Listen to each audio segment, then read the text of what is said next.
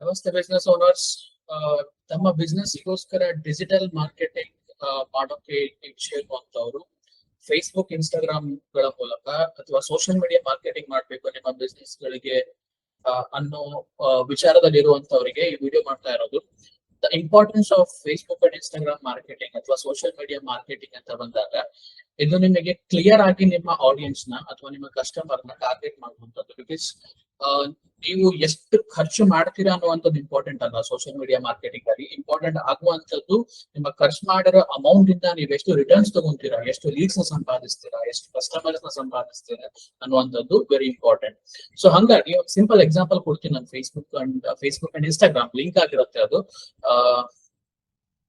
So ಎಲ್ರಿಗೂ ಈ screen ಕಾಣಿಸ್ತಾ ಇದೆ ಅಂತ ಅನ್ಕೊಂತೀನಿ. ಸಿ, ಒಂದು the importance of Facebook marketing, meta marketing ಅಥವಾ ಇನ್ಸ್ಟಾಗ್ರಾಮ್ ಮಾರ್ಕೆಟಿಂಗ್ ಅಂತ ಬಂದಾಗ ಇದು budget sensitive. Budget is under control, under your control. ನೀವು ಎಷ್ಟು ಸ್ಪೆಂಡ್ ಮಾಡ್ತೀರಾ ಅನ್ನುವಂಥದ್ದು ನಿಮ್ಮ ಕೈಲಿರುತ್ತೆ. ಇಲ್ಲಿ ಡೈಲಿ ಬಜೆಟ್ ಕೂಡ ಇದೆ, ಲೈಫ್ ಟೈಮ್ ಬಜೆಟ್ ಕೂಡ ಇದೆ. ಡೈಲಿ ಬಜೆಟ್ ಅಂತ ಬಂದಾಗ ನೀವು 100 ರೂಪಾಯಿ ಸ್ಟಾರ್ಟ್ ಮಾಡ್ತಿರೋ, 150 ಮಾಡ್ತಿರೋ, 200 ಪರ್ ಡೇ ಮಾಡ್ತಿರೋ, that is up to you. ನೀವು 10,000 ತನಕ, 20,000 ತನಕ ಎಷ್ಟು ಸ್ಪೆಂಡ್ ಮಾಡ್ತೀರಾ ಮಾಡ್ಬೋದು. ಬಟ್ ನಿಮ್ಮ ಕಂಟ್ರೋಲ್ ಅಲ್ಲಿ ಇರೋದ್ರಿಂದ ನೀವು ಬೇಸಿಕ್ ಆಗಿ 100 ರೂಪೀಸ್ ಸ್ಟಾರ್ಟ್ ಮಾಡಿದ್ರು ಕೂಡ you can have a reach. ನಿಮಗೆ ಗೊತ್ತಾಗುತ್ತೆ, ನೀವು 100 ರೂಪೀಸ್ ಸ್ಪೆಂಡ್ ಮಾಡಿ ಒಂದು ಆಡ್ ನ ರಿಲೀಸ್ ಮಾಡಿದಾಗ ನಿಮಗೆ ಐಡಿಯಾ ಸಿಗುತ್ತೆ ನಿಮ್ಮ ಅಡ್ವರ್ಟೈಸ್ಮೆಂಟ್ ಎಷ್ಟು ಜನರಿಗೆ ರೀಚ್ ಆಗುತ್ತೆ. 2.8 ನೀವೆಲ್ಲ ನನ್ನ ಆಡ್ ಕೂಡ ನೋಡಿರ್ತೀರಾ. ಸೊ ಇದೆಲ್ಲ ಬಜೆಟ್ ಕಂಟ್ರೋಲ್ ಅಥವಾ ಬಜೆಟ್ ಓರಿಯೆಂಟೆಡ್ ಆಗಿರುತ್ತೆ. Generally go with lifetime budget. ನೀವು ಡೈಲಿ ಬಜೆಟ್ ಕೂಡ ಇಟ್ಕೋಬಹುದು. ಲೈಫ್ ಟೈಮ್ ಬಜೆಟ್ ಅಂತ ಬಂದಾಗ you have to fix minimum ಎಷ್ಟು ಇಟ್ಟಿರ್ತೀರಾ ಅದು ಅದಕ್ಕಿಂತ ಜಾಸ್ತಿ ಅಂತೂ ಡೆಫಿನೆಟ್ಲಿ ಸ್ಪೆಂಡ್ ಆಗಲ್ಲ. ಇಲ್ಲ ನೀವು ಟೆಸ್ಟ್ ಮಾಡ್ತೀರಾ, 1 ಡೇಗೆ ಎಷ್ಟಾಗುತ್ತೆ, 2 ಡೇಸ್ಗೆ ಎಷ್ಟಾಗುತ್ತೆ ಅಥವಾ 1 ವೀಕಿಗೆ ಎಷ್ಟಾಗುತ್ತೆ ಅನ್ನೋದನ್ನ you can fix a budget. ಹಾಗೆ ನಿಮಗೆ ನಿಮ್ಮ ಆಡ್ ಎಷ್ಟು ಜನಕ್ಕೆ ರೀಚ್ ಆಗುತ್ತೆ ಅನ್ನುವಂಥದ್ದು ಕೂಡ ಇಲ್ಲಿ ಕಾಣಿಸುತ್ತೆ. 2.8 ಅಂದ್ರೆ 2,800ರಿಂದ 8,000 ಜನ ತನಕ ನಿಮ್ಮ ಆಡ್ ರೀಚ್ ಆಗುವಂತದ್ದು. ಅದಲ್ಲದೆ ನಿಮಗೆ ಪರ್ ಡೇ ಎಷ್ಟು ಲೀಡ್ ಜನರೇಟ್ ಆಗುತ್ತೆ ಅನ್ನುವಂಥದ್ದು ಕೂಡ ಇಲ್ಲಿ ಕೌಂಟ್ ಆಗುತ್ತೆ. 10 ಲೀಡ್ ಪರ್ ಡೇ ಕೌಂಟ್ ಆಗುವಂಥದ್ದು. ನೀವು ಬಜೆಟ್ ಜಾಸ್ತಿ ಮಾಡಿದಷ್ಟು ನಿಮ್ಮ ರೀಚ್ ಜಾಸ್ತಿ ಆಗುತ್ತೆ, ನಿಮ್ಮ ಲೀಡ್ಸ್ ಜಾಸ್ತಿ ಆಗುತ್ತೆ. So this is the beauty of Facebook marketing. ಅಂದ್ರೆ ನೀವು ಸ್ಪೆಂಡ್ ಮಾಡುವ ಹಣದ ಜೊತೆಗೆ ಅದು ಎಷ್ಟು ಜನಕ್ಕೆ ರೀಚ್ ಆಗುತ್ತೆ, ಎಷ್ಟು ಜನ ನಿಮಗೆ ರೆಸ್ಪಾಂಡ್ ಮಾಡಬಹುದು ಅನ್ನುವಂತ ಕೌಂಟ್ ಕೂಡ ಫೇಸ್ಬುಕ್ ಹತ್ರ ಇರುವಂತದ್ದು. So this is the beauty of Facebook ಅಥವಾ ಸೋಷಿಯಲ್ ಮೀಡಿಯಾ ಮಾರ್ಕೆಟಿಂಗ್. ಸೊ ಇನ್ನ ಡೀಪ್ ಆಗಿ ಹೋಗ್ಬೇಕು ಅಂದ್ರೆ ಯು ಕ್ಯಾನ್ ಟಾರ್ಗೆಟ್ ಮಾರ್ಕೆಟಿಂಗ್ ಅಂತ ಕರಿತೀವಿ. ಅಂದ್ರೆ ಇಲ್ಲಿ ಟಾರ್ಗೆಟ್ ಆಡಿಯನ್ಸ್ ಅಂತ ಕರಿತೀವಿ. ನೀವು ಮಾರ್ಕೆಟಿಂಗ್ ಮಾಡುವಾಗ ನೀವು ಆಫ್ಲೈನ್ ಅಲ್ಲಿ ಒಂದು ಬಿಲ್ ಬೋರ್ಡ್ ಹಾಕೋದು ಕೂಡ ಆ ಬಿಲ್ ಬೋರ್ಡ್ ಅನ್ನುವಂಥದ್ದು ಆಫ್ಲೈನ್ ಮಾರ್ಕೆಟ್ ಅಲ್ಲಿ ನಿಮ್ಮ ಟಾರ್ಗೆಟ್ ಆಡಿಯನ್ಸ್ ನ ಬಿಟ್ಟು ಎಲ್ರಿಗೂ ರೀಚ್ ಅವರ ಜೊತೆಗೆ ಎಲ್ರಿಗೂ ರೀಚ್ ಆಗತ್ತೆ.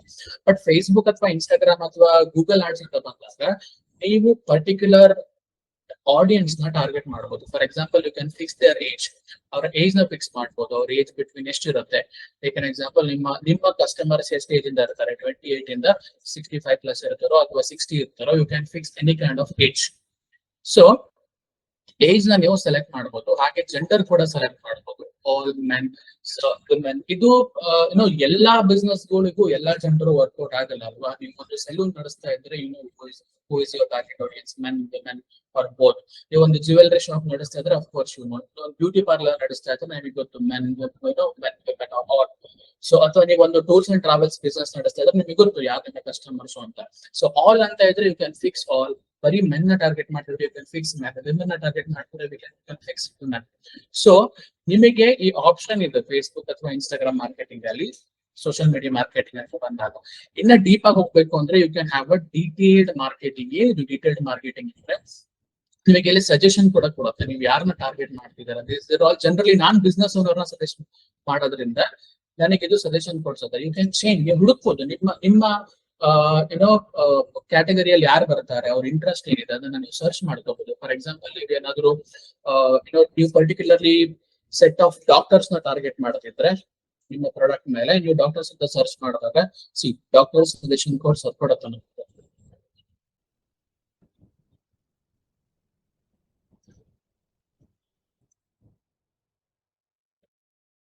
ಅಥವಾ ನೀವು ಯಾರ್ದಾದ್ರು ಎಜುಕೇಶನ್ ಮೇಲೆ ಟಾರ್ಗೆಟ್ ಮಾಡ್ತಿದ್ದೀರಾ, ಅವ್ರ ಎಜುಕೇಶನ್ ಲೆವೆಲ್ ಎಷ್ಟಿದೆ ಅದನ್ನ, ಅವ್ರ ಫೀಲ್ಡ್ ಆಫ್ ಸ್ಟಡಿ ಏನು, ಯಾವ ಸ್ಕೂಲ್ ಅವ್ರ ಯೂನಿವರ್ಸಿಟಿ ಸ್ಟಡಿ ಮಾಡಿರ್ತಾರೆ, ಅಥವಾ ಅವ್ರ ಫಿನಾನ್ಷಿಯಲ್, ಅವ್ರ ಇನ್ಕಮ್ ಮೇಲೆ ಟಾರ್ಗೆಟ್ ಮಾಡ್ತಿದ್ರೆ ಅದನ್ನು ಕೂಡ ಮಾಡ್ಬೋದು.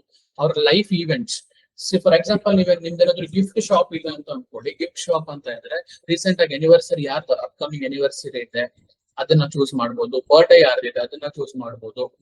ಸೊ ಈ ಎಲ್ಲ ಆಪ್ಷನ್ ಕೂಡ ಇದೆ. ನೀವು ಇದನ್ನ ಡೀಟೇಲ್ ಆಗಿ ಹೋದಾಗ ಮಾತ್ರ ನಿಮ್ಗೆ ಅರ್ಥ ಆಗುತ್ತೆ ಅದು ಯಾರು ಹೆವಿಲಿ ಎಂಗೇಜ್ ಆಗಿದ್ದಾರೆ ಅವ್ರಿಗೆ ಟಾರ್ಗೆಟ್ ಮಾಡ್ತಿದ್ದಾರೆ. ಬಿಕಾಸ್ ಇವಾಗ ಯಾರಿದ್ದಾರೆ ಆನಿವರ್ಸರಿ ಕಮಿಂಗ್ ಮಂತ್ ಅಲ್ಲಿ ಬರ್ತಿದೆ ಅಂದ್ರೆ ನೀವು ಗಿಫ್ಟ್ ಶಾಪ್ ಇಟ್ಕೊಂಡಿದ್ರೆ ನೀವು ನಿಮ್ಮ ಆಡ್ ನ ಅವ್ರಿಗೆ ತೋರಿಸಿ ಯು ಕ್ಯಾನ್ ಟಾರ್ಗೆಟ್ ದೆಮ್.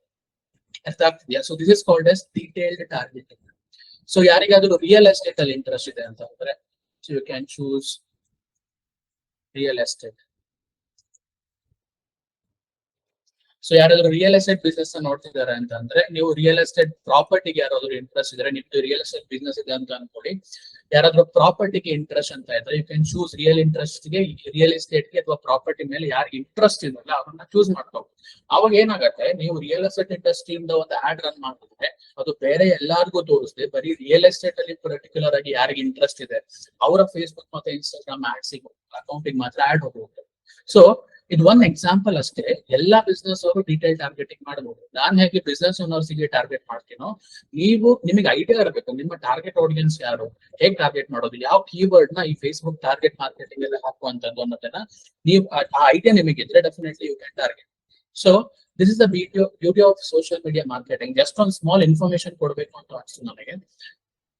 ಇನ್ನ ಒಂದು ಹೇಳ್ಬೇಕು ಅಂದ್ರೆ you can choose the language also. ಆಯ್ತಾ? ನಿಮಗೆ ಲೀಡ್ಸ್ ಹೇಗ್ ಬೇಕು ಅನ್ನುವಂಥದ್ದನ್ನು ಕೂಡ ಸೆಲೆಕ್ಟ್ ಮಾಡ್ಬೋದು. ಒಂದು ಇನ್ಸ್ಟಂಟ್ ಫಾರ್ಮ್ಸ್ ಅಂದ್ರೆ ನಿಮ್ಮ ಆಡ್ ನೋಡಿರುವಂತವ್ರು ಒಂದು ಫಾರ್ಮ್ ನ ಫಿಲ್ ಮಾಡ್ಬಿಟ್ಟು ಅವ್ರ ಕಾಂಟ್ಯಾಕ್ಟ್ ಇನ್ಫಾರ್ಮೇಶನ್ ನಿಮಗೆ ಕಳಿಸ್ತಾರೆ.